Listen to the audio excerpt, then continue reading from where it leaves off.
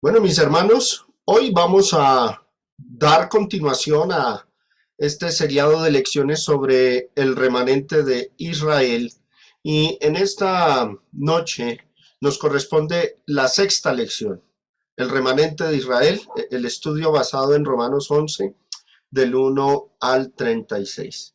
Y eh, como vimos en la última lección que abordamos sobre este tema, Pablo concluyó su exhortación hacia los cristianos gentiles en Roma para que estos no se envanecieran creyendo que ahora eran más privilegiados que los judíos, porque recuerden que ese era el pensamiento que se estaba desarrollando en los cristianos en Roma. Entonces, el apóstol Pablo, después de haberlos exhortado, pasa a predecir. Ahorita sí entraremos en materia de profecía. Pasa a predecir el destino de Israel, del Israel que estaba endurecido. Recordemos, hermanos, que las exhortaciones expresadas bajo los símbolos de ramas injertadas y desgajadas, espero que lo recuerden, masas y primicias. Estas exhortaciones bajo esos símbolos tuvieron como fines ponerles a los cristianos en Roma las condiciones de salvación por las cuales los judíos endurecidos podrían salir de su condición de incredulidad y pasar a ser nuevamente parte del pueblo de Dios. En esta noche entonces vamos a hablar de el misterio de la salvación de Israel. En los versículos que siguen, del 22 al 24, Pablo recalca la exhortación ya hecha para que los cristianos gentiles no cayeran en el error de engrandecerse y volverse arrogantes para con los judíos. Y después de reiterar esa exhortación, el apóstol Pablo lo que hace es revelar un misterio a modo de profecía, algo que iba a acontecer sobre la parte endurecida de Israel. Recordemos lo que estudiamos en la lección anterior así ligeramente, Romanos 11 del 16 al 21 que dice, si las primicias son santas, también lo es la masa restante, y si la raíz es santa, también lo son las ramas. Pues si algunas de las ramas fueron desgajados y tú, siendo olivo silvestre, has sido injertado en lugar de ellas y has sido hecho participante de la raíz y de la rica savia del olivo, no te jactes contra las ramas. Y si te jactas, sabe que no sustentas tú a la raíz, sino la raíz a ti. Pues las ramas dirás, fueron desgajadas para que yo fuese injertado. Bien, por su incredulidad fueron desgajadas. Pero tú por la fe estás en pie. No te ensoberbezcas y no teme, porque si Dios no perdonó a las ramas naturales, a ti tampoco te perdonará. Ahora vamos a analizar estas líneas de manera ligera también, ya que no requieren mucha exégesis detallada sobre el asunto, ya que están expresadas de una forma muy clara. Los versículos del 22 al 24, que dicen, mira pues la bondad y la severidad de Dios, la severidad ciertamente para con los que cayeron, pero la bondad para contigo si permaneces en esa bondad, pues de otra manera tú también serás cortado. Y aun ellos, si no permanecieran en incredulidad, serán injertados, pues poderoso es Dios para volverlos a injertar. Porque si tú fuiste cortado del que por naturaleza es olivo silvestre y contra naturaleza fuiste injertado en el buen olivo, ¿cuánto más estos, que son las ramas naturales, serán injertados en su propio olivo?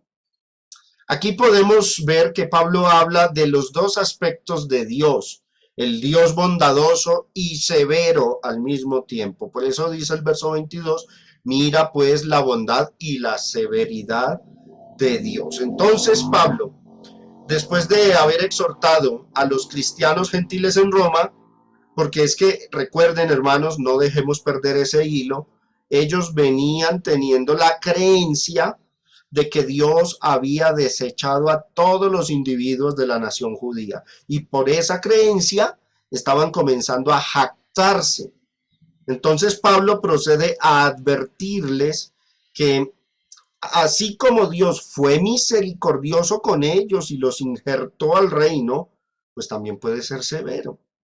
Entonces, la bondad de Dios, su generosidad, su disposición para perdonar es condicional, no solo al principio de la conversión cuando obedecemos al Evangelio y somos bautizados, sino que también es condicional después de la conversión. Eso lo sabemos, hermanos, por la cláusula de advertencia que dice, si permaneces en esa bondad. Miren ahí el versículo 22, ese sí es una cláusula de condición. ¿Sí que? Si permaneces en esa bondad, pues de otra manera tú también serás cortado.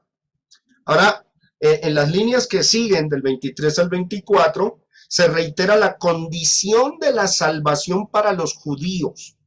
Lo que hace Pablo aquí, digamos que es un repaso o un refuerzo de la ilustración de las ramas desgajadas e injertadas de la masa y de las primicias. Cuando dice, y aún ellos, versículo 23, si no permanecieren en incredulidad, serán injertados. Pablo sigue contemplando la posibilidad de que sus compatriotas judíos abandonen su estado de incredulidad y se conviertan al Señor. Recordemos también, mis hermanos, que en las veces anteriores había Pablo hablado en hipótesis y aquí sigue haciendo lo mismo. Nótese la cláusula condicional, si no permanecieren en incredulidad, o sea, si ese estado incrédulo de ellos se acaba, entonces vuelven a ser injertados al pueblo de Dios.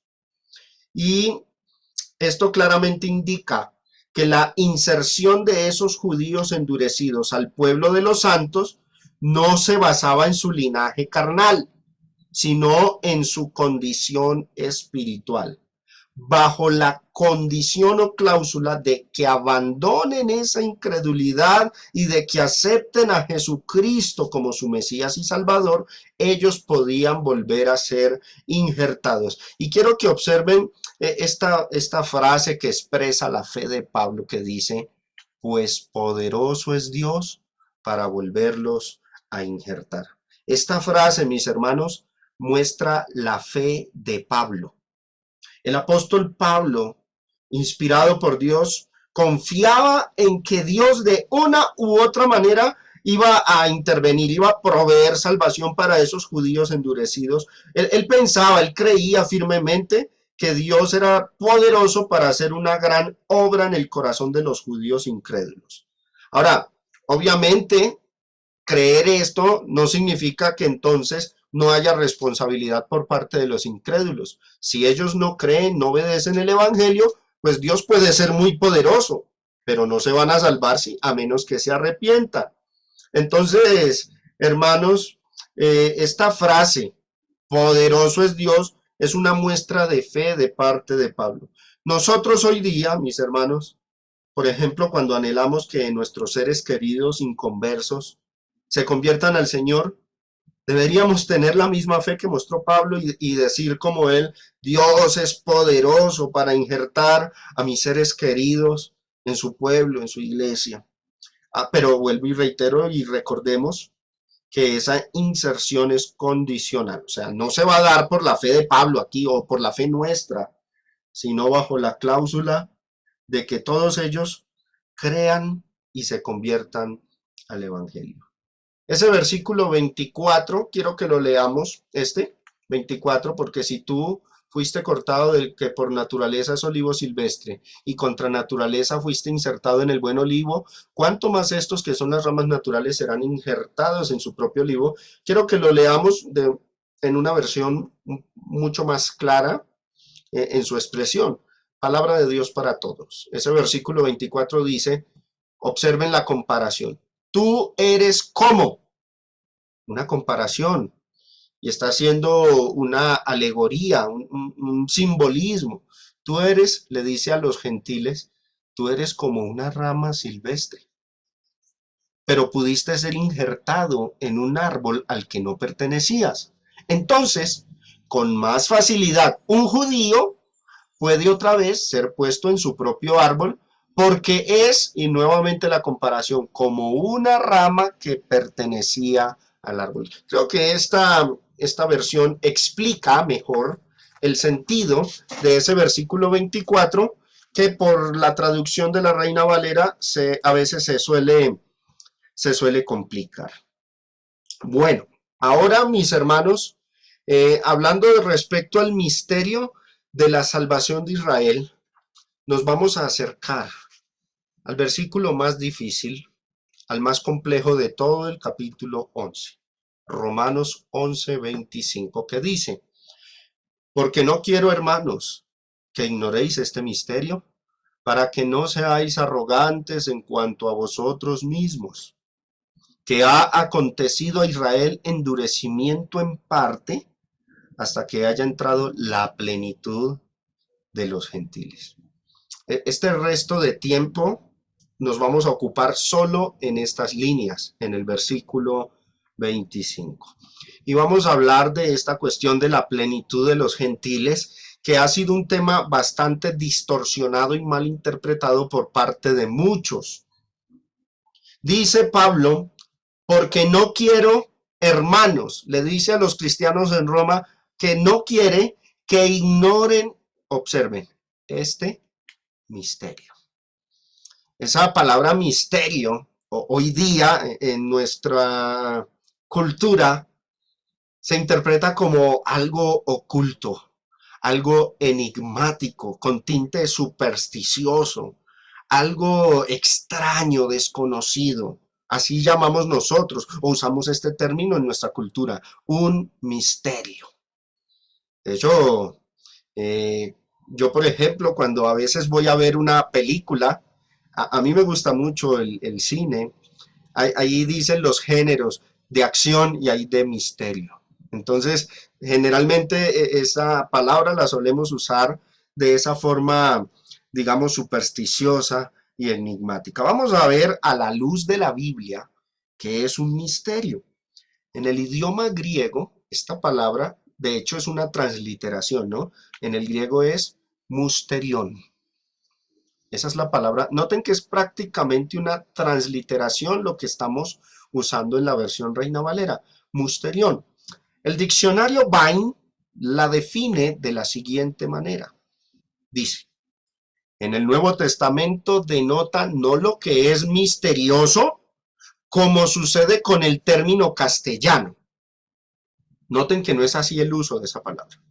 Dice, sino aquello que, estando más allá de la posibilidad de ser conocido por medios naturales, o sea, por nuestra propia investigación o entendimiento, solo puede llegarse a saber por revelación divina y se hace saber de una manera y en un tiempo señalados por Dios y solo a aquellos que están iluminados por su espíritu.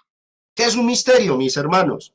Bueno, un misterio es algo que antes estaba oculto en Dios y nadie, ningún ser humano lo sabía, pero que Dios en determinado momento lo revela para que todos puedan entender eso. Eso es un misterio, un mensaje, algo oculto en Dios, como dice aquí el diccionario, solo puede llegarse a saber por revelación divina, pero que ha sido ya revelado. Noten el detalle, un misterio era algo que, tiempo pasado, estaba oculto en Dios, pero que hoy día ya ha sido revelado. Así que en las escrituras, mis hermanos, el término misterio no alude, no se refiere a algo desconocido. Por el contrario, se refiere a algo que ya ha sido revelado, a algo que ya ha sido explicado por Dios. Eso es un misterio. El detalle era que eso, antes de que Dios lo revelara, estaba oculto y era desconocido para los seres humanos. Miremos cómo esta misma palabra se usa en ese sentido, por ejemplo, en Efesios capítulo 3, del 3 al 6, dice, ahí aparece la misma palabra. que por revelación me fue declarado, ¿qué cosa? El misterio, como antes lo he escrito brevemente. O sea, mientras estaba escondido ese mensaje en Dios, no era un misterio, era algo desconocido.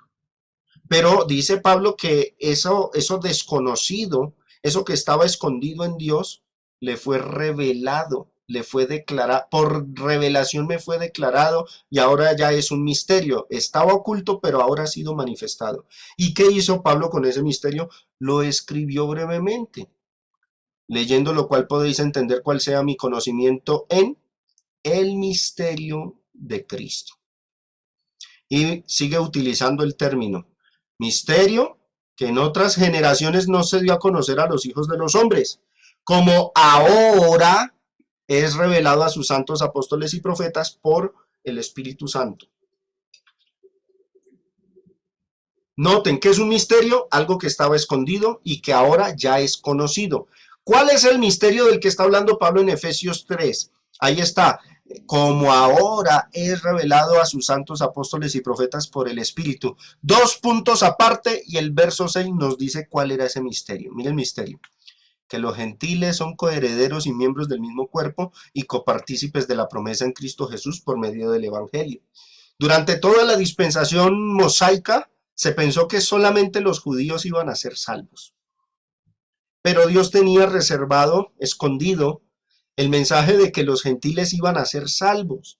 Y en los tiempos de Pablo, el Espíritu Santo le reveló a Pablo ese mensaje, ese plan que tenía escondido y que una vez se revela ya se convierte en misterio. Los gentiles son coherederos y miembros del mismo cuerpo. Entonces, esto era para demostrar, hermanos, que la palabra misterio significa algo que estaba oculto, pero que ahora ya se puede entender y conocer.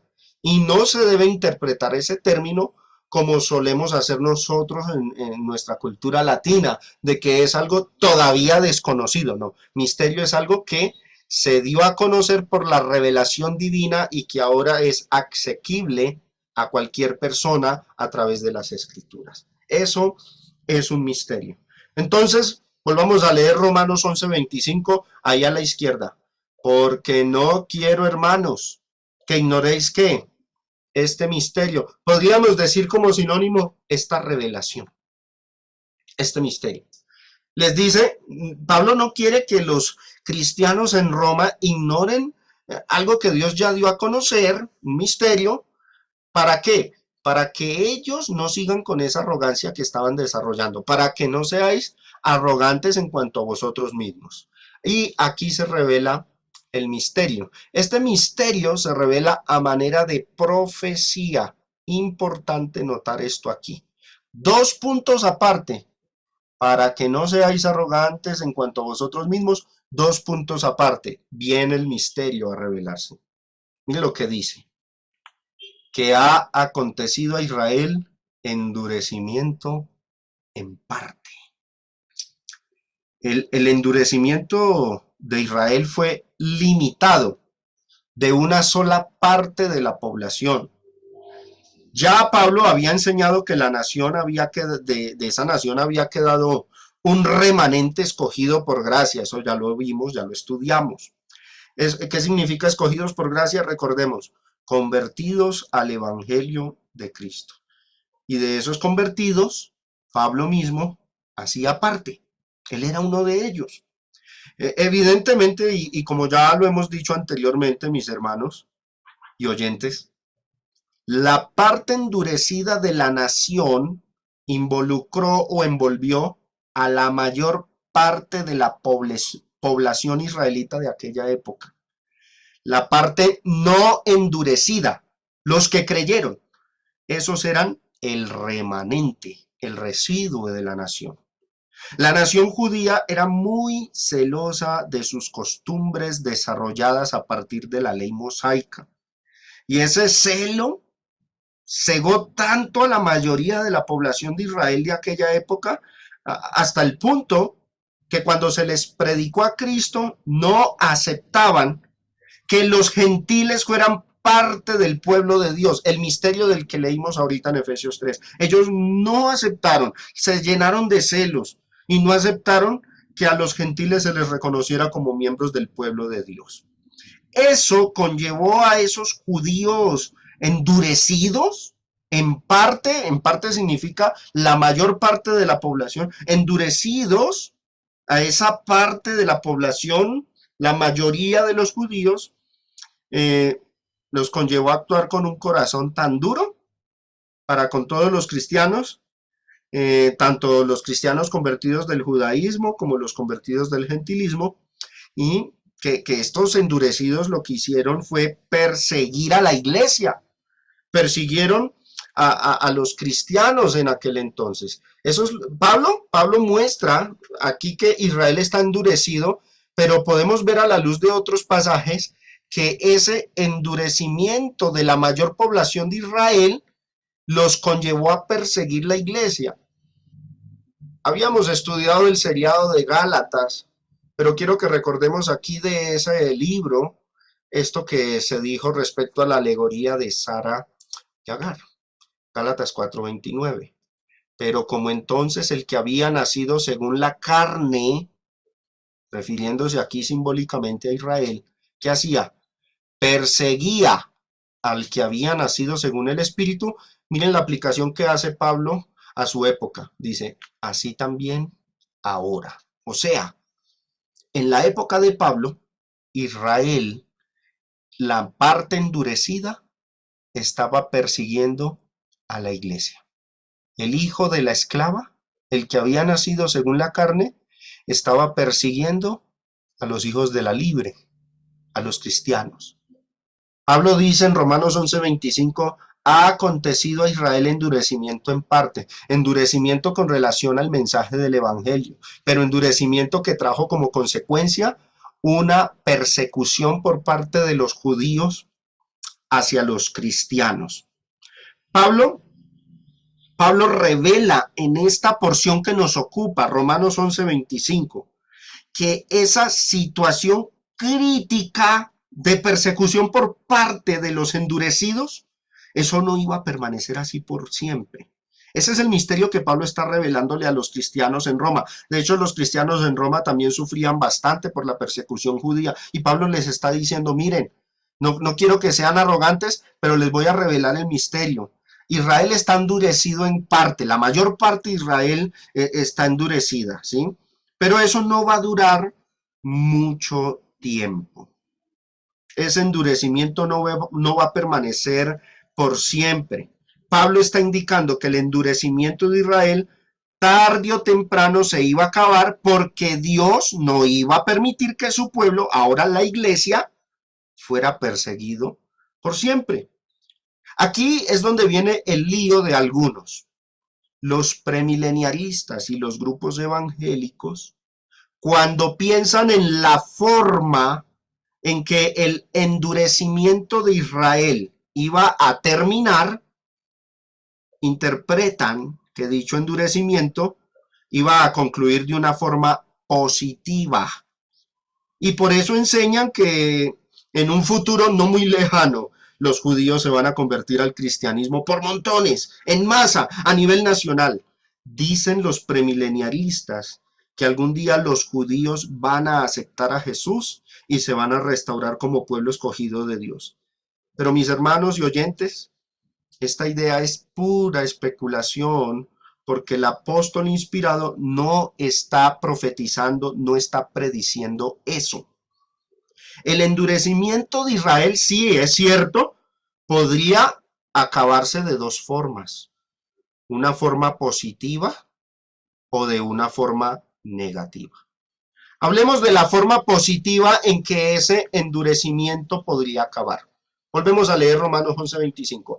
Ha acontecido a Israel endurecimiento en parte y luego sigue un hasta, o sea, ese endurecimiento se va a acabar. Podría acabarse de dos formas, de una forma positiva y de una forma negativa. La forma positiva en que ese endurecimiento podría acabar, ¿cómo sería? Sería como Pablo soñaba y como especulaba en el contexto. Ya vamos a leer el contexto. Pablo soñaba, Pablo hacía hipótesis Imaginaba que todos sus compatriotas judíos se convirtieran al Señor por medio de su predicación. Él soñaba con que todos dejaran de estar endurecidos y en incredulidad y que algún día aceptaran a Jesucristo y su evangelio. Ya lo hemos estudiado. Del versículo 15, por ejemplo, dice Pablo, porque si su exclusión es la reconciliación del mundo, ahí habla en hipótesis. ¿Qué será? ¿Qué será su admisión? Sino vida entre los muertos. O sea, donde los israelitas se arrepientan y se conviertan y dejen de estar endurecidos, eso sería una resurrección espiritual para ellos. Luego dice en el verso 20, ¿por qué fue que estaban endurecidos en parte? Dice, bien, por su incredulidad fueron desgajados, pero el gentil por la fe estaba en pie. Era la incredulidad. ¿Qué soñaba entonces Pablo? ¿Qué era lo que él anhelaba? Que Israel dejara esa incredulidad. Esa parte incrédula es lo que dice Romanos 11:25, ha acontecido a Israel endurecimiento en parte. Y podemos inferir nosotros, la mayor parte de la población estaba endurecida. Pero Pablo soñaba, anhelaba de que de una forma positiva ese endurecimiento cambiara. Verso 23. Y aún ellos, y noten la cláusula, si no permanecieren en incredulidad, serán injertados. En caso de que, hipótesis, en caso de que ellos dejen de ser incrédulos, entonces vuelven a ser injertados al pueblo de Dios. Y Pablo decía en su anhelo, en su amor por Israel, pues poderoso es Dios para volverlos a injertar. Esa es la forma positiva en que Israel podría dejar de estar endurecido. Vuelvo y leo Romanos 11:25. Ha acontecido a Israel endurecimiento en parte. Y eso se va a acabar porque luego sigue un hasta. Eso se va a acabar. Podría acabar de una forma positiva, pero también podría acabar de una forma negativa. La forma negativa en que el endurecimiento de Israel podría concluir consistía en que la paciencia de Dios para con esos endurecidos que estaban persiguiendo su iglesia llegara a un límite. Y que Dios, llegara el momento en que Dios ya no tolerara más esa situación, esa persecución de los endurecidos contra los cristianos, y que entonces actuara Dios y los castigara severamente en un acto de juicio. Y esta parte Dios la había predicho también en Gálatas 4:30, la misma alegoría. Mas, ¿qué dice la Escritura? Echa fuera a la esclava y a su hijo, porque no heredará al hijo de la esclava con el hijo de la libre.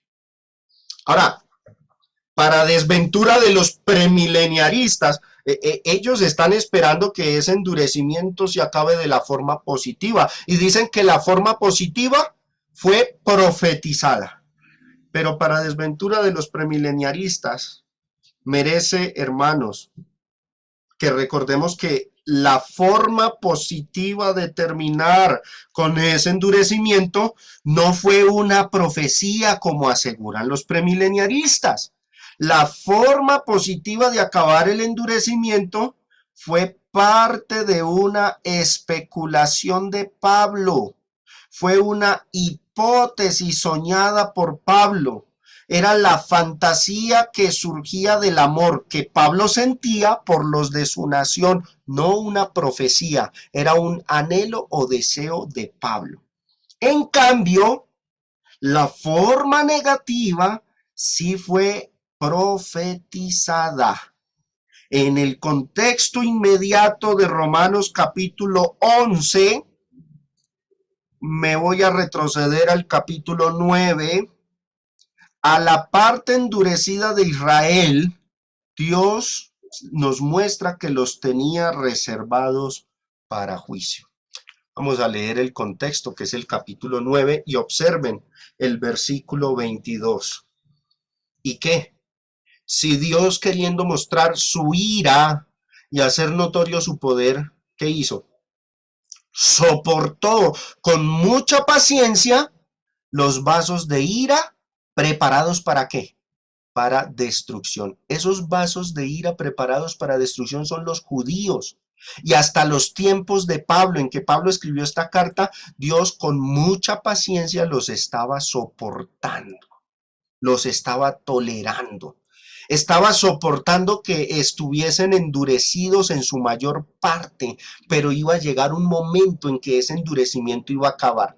Pablo soñaba que el endurecimiento acabara de una forma positiva, pero Dios reveló proféticamente que acabaría de una forma negativa. Eran vasos de ira preparados para destrucción. Y luego dice, y para hacer notorias las riquezas de su gloria, las mostró para con los vasos de misericordia, o sea, los que se convirtieron del judaísmo, que él preparó de antemano para gloria. ¿Cómo los preparó? A través de la ley. La ley era un ayo que los guiaba hacia Cristo, hacia la gloria. Y el 24 dice, a los cuales también ha llamado, esto es, a nosotros. Y dice, no solo de los judíos, sino que también llamó a los gentiles. Pero Dios estaba soportando con mucha paciencia esa parte endurecida o vasos de ira que estaban preparados para qué, para destrucción. Ese endurecimiento que había acontecido a Israel en parte iba a acabar de una forma negativa. Nótese cómo a la parte endurecida aquí en Romanos 9 se les llama vasos de ira preparados para destrucción.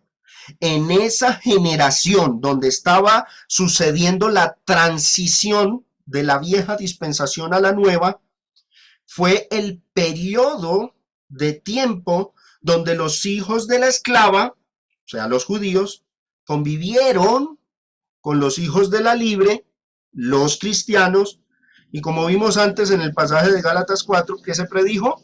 Que los hijos de la esclava serían echados fuera y no heredarían la promesa junto a los hijos de la libre. Dios, hermanos, tuvo paciencia por un tiempo con esa parte endurecida. Dios permitió esa situación adversa para su iglesia que estaban haciendo y estaba esperando que los judíos, tanto de Palestina, dentro del territorio, como los del exterior, oyeran el evangelio que se estaba predicando por todo el mundo grecorromano para que se arrepintieran. Ahora, Dios no iba a ejecutar un juicio sobre su antiguo pueblo si primero no les daba chance u oportunidad de recapacitar. Porque Dios es justo, mis hermanos. Dios es misericordioso. Lo primero que proveyó Dios para su antiguo pueblo fue la oportunidad de arrepentimiento. Les envió a Cristo y luego a sus discípulos. Por eso, antes del juicio que se asomaba sobre ellos, primero Dios proveyó la predicación del evangelio por todo el mundo grecorromano para que todo judío que estuviera residiendo por ese mundo, viviendo dentro y fuera de Palestina, oyera el mensaje de la salvación. Solo hasta ese instante en que se les predicara a todos ese evangelio, era que Dios iba a entrar en juicio con los endurecidos de esa nación, castigándolos y destruyéndolos por completo.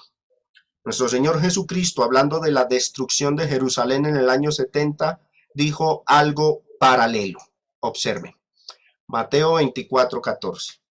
Y será predicado este evangelio del reino en todo el mundo. Aquí el mundo del que hablamos es el mundo greco-romano. Ahorita lo explicaremos con detalle. Para testimonio a todas las naciones. ¿Y qué sucedería entonces después de que se predicara? Entonces vendrá el fin. ¿Cuál fin? ¿El fin de quiénes? No del mundo entero, porque Mateo 24 no habla del fin del mundo, habla del fin de Jerusalén. Entonces vendrá el fin, se refiere al fin de la parte endurecida de Israel que sería enjuiciada en esa generación. Entonces, mis hermanos, la generación de los apóstoles, vuelvo y reitero, esto es importante que lo entendamos. La generación de los apóstoles fue un periodo de transición entre dos edades o dispensaciones. Desde el año 33 después de Cristo, cuando Cristo ascendió al cielo y en el Pentecostés surge la iglesia, hasta el año 70 después de Cristo, con la destrucción de los judíos, en ese periodo de tiempo, Dios edificó su iglesia. Dios reveló su nuevo testamento, su nuevo pacto. Y por medio de sus discípulos, Dios proveyó misericordia para los judíos que estaban endurecidos. ¿Cómo? El Señor anunció el evangelio tanto a los judíos como a los gentiles en ese mundo greco-romano. Eso lo dice Efesios 2 del 17 al 18. Y vino, hablando del Señor, vino y anunció las buenas nuevas. Nuestro Señor Jesucristo vino y anunció las buenas nuevas de paz. ¿A quiénes? A los que estaban lejos, o sea, los gentiles, y a los que estaban cerca de Dios, o sea, los judíos. Ahí los que están lejos y los que están cerca son gentiles y judíos. Y en el verso 18 dice, porque por medio de él, los unos y los otros, o sea, gentiles y judíos, tenemos entrada por un mismo espíritu al Padre. Para que no se nos escape, mis hermanos, esto es importante que lo tengamos en cuenta. Para que no se nos escape de la vista el panorama correcto de las cosas, tal y como el apóstol Pablo las estaba contemplando en su generación, en esa generación apostólica. Tanto la iglesia como Israel tuvieron que convivir juntos. El problema fue que los judíos se endurecieron y se ensancharon contra los cristianos. Apenas sucedió ese endurecimiento e inició esa persecución, ¿qué hizo Dios? Bueno, lo primero que hizo Dios fue tenerles misericordia y enviarles discípulos para que les predicaran el evangelio. Les tuvo paciencia porque primero era necesario que se les predicara el evangelio a ellos, a los judíos. Por eso es que la carta a los romanos resalta bastante al judío primeramente. Mientras tanto, sobre la iglesia lo que ocurrió fue que vino un tiempo de persecución porque Israel se había llenado de celos, se había enfurecido contra los cristianos. Y ahora bien, esa situación no iba a durar por la eternidad. Dios no iba a permitir que su pueblo sufriera esos dolores por siempre. El Señor, en su presciencia, conocimiento anticipado, determinó un día en el que iba a acabar con esa crisis. Un día donde la parte endurecida de Israel sería castigada y quitada de en medio. Volvamos al contexto. Estamos en Romanos 11:25. Ha acontecido a Israel endurecimiento en parte, pero ese endurecimiento no va a durar siempre. Hay un hasta que le sigue. El contexto en el capítulo 9. Mire lo que dice. Como también Oseas dice, llamaré pueblo mío al que no era mi pueblo y a la no amada, amada. Aquí está hablando de los gentiles que se convirtieron. Y en el lugar donde se les dijo, vosotros no sois pueblo mío, allí serán llamados hijos del Dios viviente. Estos textos hablan de la conversión de los gentiles. Luego el verso 27 dice que Isaías clama, pero ahora sí, tocante a Israel. Ya deja de hablar de los gentiles y pasa a hablar de Israel. Si fuera el número de los hijos de Israel como la arena del mar, si toda la población israelita de aquella época fuera así de numerosa, comparable con la arena del mar, solo se va a salvar el remanente, porque el resto Dios los va a castigar. Verso 28, porque el Señor ejecutará su sentencia. Y note que aquí está hablando de la forma negativa de acabar con el endurecimiento y lo dice en profecía, citando al profeta Isaías. La forma positiva era especulación de Pablo, la forma negativa era profecía. El Señor ejecutará su sentencia sobre la tierra.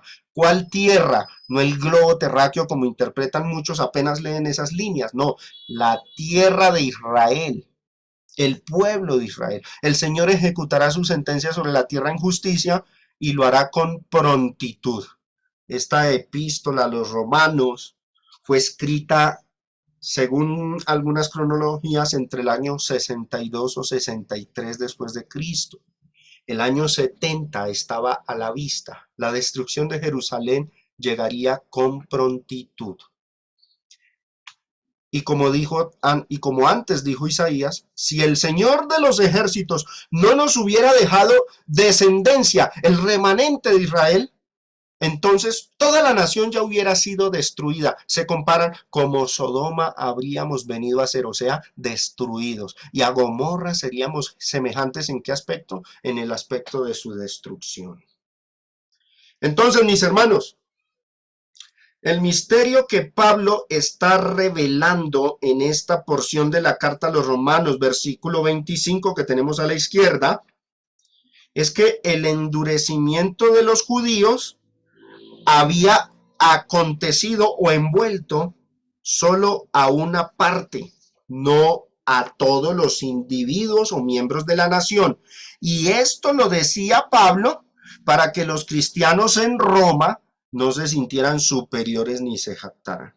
Y luego añade el apóstol inspirado que esa situación de endurecimiento por parte de los judíos no iba a perdurar mucho, sino que Dios tenía establecido un límite de tiempo para acabar con ese endurecimiento. Nos preguntamos, ¿hasta cuándo duraría el endurecimiento de Israel? ¿Hasta cuándo? Ahí dice el verso, ahí en el verso 25 sigue la siguiente parte, dice, hasta que haya entrado la plenitud de los gentiles. Muchos quedan perplejos con esta declaración y no saben explicar con precisión lo que significa la frase hasta que haya entrado la plenitud de los gentiles. Vamos a ahondarla, vamos a explicarla. Prestemos atención a esa expresión que denota tiempo, un límite del tiempo. La expresión hasta qué. Esa expresión hasta qué. La palabra hasta denota un límite, un término de las cosas relativa al tiempo. O sea, lo que está diciendo Pablo es que el endurecimiento que le ha acontecido a Israel va a durar hasta ese momento. Dios de ahí en adelante no permite que ellos sigan endurecidos, no va a permitir que haya una parte de Israel endurecida. ¿Hasta cuándo va a durar ese endurecimiento? Hasta que haya entrado la plenitud de los gentiles. Ahora prestemos atención a esta palabra importante, importante para de entender, para poder interpretar todo este punto. La plenitud. Hasta que haya entrado la plenitud de los gentiles. Esa palabra plenitud en el idioma griego es pleroma. Miren lo que dice el diccionario Vine. Denota plenitud. ¿Qué significa pleroma? Aquello de lo cual una cosa está llena, cuando algo se llena. Miremos otro léxico, el léxico de Pedro Ortiz. Pleroma significa lo que llena, plenitud. O, miren esta definición que me gusta más, creo que es la que está acorde al contexto y a la temática. Número completo, pleno cumplimiento, estado perfecto. Miremos ese mismo pasaje, Romanos 11:25, esa frase que dice que ha acontecido a Israel endurecimiento en parte hasta que haya entrado la plenitud de los gentiles. Miremosla en la nueva traducción viviente como se ha vertido. Dice, parte del pueblo de Israel tiene el corazón endurecido, pero eso solo durará hasta que se complete el número de gentiles que aceptarán a Cristo. ¿Ya entendemos qué significa eso de la plenitud de los gentiles? Hasta que los gentiles que se iban a convertir en la predicación por parte de los apóstoles y cristianos del primer siglo se convirtieran. Ellos hicieron un recorrido por el mundo grecorromano predicando el evangelio. Y hasta que ellos no terminaran ese recorrido, predicándole a todos los judíos que estaban en la diáspora, esparcidos por el mundo grecorromano, y hasta que los gentiles que se iban a convertir en ese recorrido, no todos los gentiles del mundo en absoluto, sino aquellos que aceptaran a Cristo, dice esta versión, hasta que todos esos no se convirtieran, no llegaría el fin de la parte endurecida de Israel. Entonces, mis hermanos, lo que está diciendo Pablo es que la parte endurecida de Israel, Dios la va a tolerar, la iba a tolerar, y Dios le iba a tener paciencia hasta que el evangelio haya sido predicado por todo el mundo grecorromano y hasta que todos los gentiles que hubieran de convertirse en esa predicación, en ese recorrido, hubieran entrado al reino de Cristo. Una de las señales que Jesús dio con respecto a la destrucción de Jerusalén fue que primero los cristianos iban a ser perseguidos por los judíos endurecidos, y luego el evangelio se predicaría por todo el mundo grecorromano. Ya para culminar, quiero que miremos esa idea que se plasma en Romanos 11:25, expresada en las profecías de Jesús, la famosa profecía de Mateo capítulo 24, pero quiero que la comparemos ahora en Marcos capítulo 13 del 9 al 10, que es el paralelo a Mateo 24. Es la misma profecía que Jesús pronunció en el Monte de los Olivos, prediciendo la destrucción de Jerusalén. Miren el orden, observen. Verso 9. Pero mirad por vosotros mismos, porque os entregarán a los concilios y en las sinagogas os azotarán. Los que interpretan estas señales como para el fin del mundo tienen serias dificultades, porque aquí la naturaleza de la persecución a los cristianos no viene por parte de ningún anticristo o diablo encarnado, como creen algunos, sino que viene por parte de los judíos. Noten quiénes son los que persiguen a los cristianos. Los concilios. ¿Cuál concilio? El Sanedrín judío. Y sinagogas, sin lugar a dudas, se refiere al judaísmo. Y delante de gobernadores y de reyes os llevarán por causa de mí para testimonio a ellos. ¿Quiénes hicieron esta persecución? La parte endurecida de Israel. Lo que dice Romanos 11:25. Ha acontecido a Israel endurecimiento en parte. ¿Y qué estaban haciendo? Persiguiendo a los cristianos. Estas predicciones de Cristo en Marcos 13 ya se estaban cumpliendo en los días de Pablo. Y noten lo que dice luego, verso 10. Y es necesario que el evangelio sea predicado antes. ¿Antes de qué? Antes de que haya entrado la plenitud de los gentiles. Es necesario que el evangelio sea predicado antes a todas las naciones, a todos los gentiles, y luego vendría el fin de la parte endurecida. Mateo 24, versículo 10 y luego el 14 expresa la misma idea y la misma línea de pensamiento, el mismo panorama. Muchos tropezarán entonces y se entregarán unos a otros, o sea, judíos persiguiendo a cristianos, y unos a otros se aborrecerán. Y miren lo que dijo luego. Y será predicado este evangelio del reino en todo el mundo para testimonio a todas las naciones, y entonces vendrá el fin. ¿El fin de qué? ¿Qué es ese entonces vendrá el fin? Es lo mismo que dice Romanos 11:25, hasta que haya entrado la plenitud de los gentiles. Cuando todos los gentiles que se iban a convertir en esa generación se hubieran convertido por la predicación de los apóstoles por todo el mundo grecorromano, entonces vendría el fin de la parte endurecida. Aquí es donde muchos tropiezan porque leen el mundo, verso 14, el mundo, e inmediatamente se imaginan el globo terráqueo. Y será predicado este evangelio del reino en todo el mundo. Inmediatamente piensan en el mapamundi que hay en los mapas, en los libros de historia. No. Aquí el mundo no se refiere al globo terráqueo. ¿Por qué lo sabemos? La palabra mundo, cuando aplica para el globo terráqueo, en el griego, es cosmos. Ahí sería el mundo, la creación, cosmos. Pero resulta que aquí en Mateo 24, el término mundo, en el idioma griego es esta palabra, oikoumene. Y el léxico de James Strong dice que significa es una parte de la tierra del globo. No el globo como tal, sino la parte, una parte nomás. No es todo el globo terráqueo. Y dice que en los tiempos de Cristo, específicamente, ¿a qué se refería? Al imperio romano. ¿Qué es lo que Jesús predijo entonces aquí? Que el evangelio iba a ser predicado por todo el imperio romano para que se llegara a la plenitud de los gentiles, para que las naciones se convirtieran y también para que los judíos que estaban esparcidos por el mundo oyeran el evangelio y tuvieran chance de convertirse. Y cuando eso se cumpliese, se consumara, llegara al pleroma, la plenitud, entonces esa parte endurecida llegaría a su fin. Vendría el fin de Israel, el fin de Jerusalén.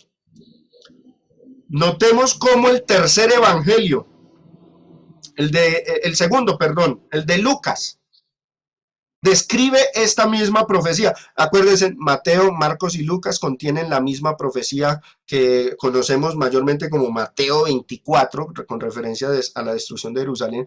Lucas 21, del 23 al 24, transmite la misma idea y con un lenguaje más cercano al de Romanos 11, 25.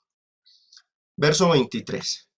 Mas hay de las que estén encintas y de las que críen en aquellos días, porque habrá gran calamidad en la tierra e ira sobre este pueblo. ¿Qué parte del pueblo? Obviamente no sobre los cristianos fieles, no sobre los judíos que se convirtieron, sino la ira sobre el pueblo que en su mayor parte estaba endurecida. Pero observen el verso que sigue, 24. Y caerán a filo de espada, y serán llevados cautivos a todas las naciones, y Jerusalén será hollada por los gentiles. Miren lo que dice: hasta que los tiempos de los gentiles se cumplan. Esa frase, los tiempos de los gentiles, la voy a resaltar acá. Los tiempos de los gentiles equivale a la plenitud de los gentiles.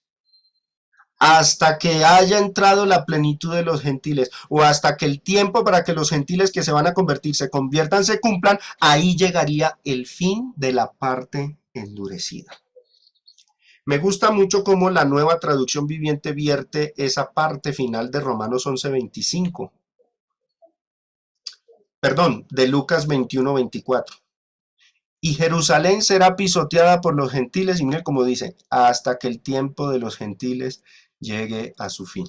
Hasta que el evangelio haya sido predicado por todo el mundo grecorromano, hasta que los gentiles que se iban a convertir se hubieran convertido, y hasta que los judíos en la diáspora, esparcidos por el mundo, se hubieran escuchado el evangelio y hubieran decidido si lo creen o no, hasta que llegue ese tiempo de predicación de aquella generación, hasta ahí llegaría la plenitud de los gentiles, y luego vendría el juicio sobre la parte que siguiera endurecida, porque Dios no iba a permitir que ellos continuaran persiguiendo su iglesia. En resumen, mis hermanos, Pablo mostró su deseo de que los judíos endurecidos se convirtieran al evangelio, pero al mismo tiempo reconoció que Dios no iba a tolerar por mucho tiempo que los judíos estuvieran endurecidos y ensanchados contra la iglesia. Pablo revela que Dios había delineado un fin para esa situación y revela que el término, el acabose de ese tiempo de crisis iba a ocurrir cuando la predicación del evangelio se llevase a cabo por todo el mundo grecorromano. Esta predicación completada, que se culmina cerca del año 70, es lo que Pablo llamó la plenitud de los gentiles, y que concuerda con los evangelios que predicen, en la parte donde predicen la destrucción de Jerusalén. Bueno, los versículos que nos restan, mis hermanos, en la próxima lección veremos la forma, la manera en que el Señor va a acabar con esa parte endurecida. Veremos la forma en que el Señor interviene para ponerle fin al endurecimiento de Israel. En nuestra próxima lección hablaremos de la intervención divina que se expresa a la manera de la venida del Señor en juicio sobre Israel. Así como en Mateo 24 se dice que Israel es destruida con la venida del Hijo del Hombre, juzgando a las 12 tribus de Israel, así también Pablo se expresa en las líneas que siguen. El verso 26, que lo vamos a estudiar en la próxima lección, dice, y luego todo Israel será salvo, como está escrito, que dice, vendrá de Sión el libertador que apartará de Jacob la impiedad. Ese Jacob se refiere al remanente de Israel y la impiedad se refiere a la parte endurecida que estaba persiguiendo a la iglesia y que en una venida del Señor, en juicio sobre ellos, el Señor los apartaría y destruiría. Hasta aquí, mis hermanos, esta sexta lección sobre el remanente de Israel. Que el Señor les bendiga y les fortalezca.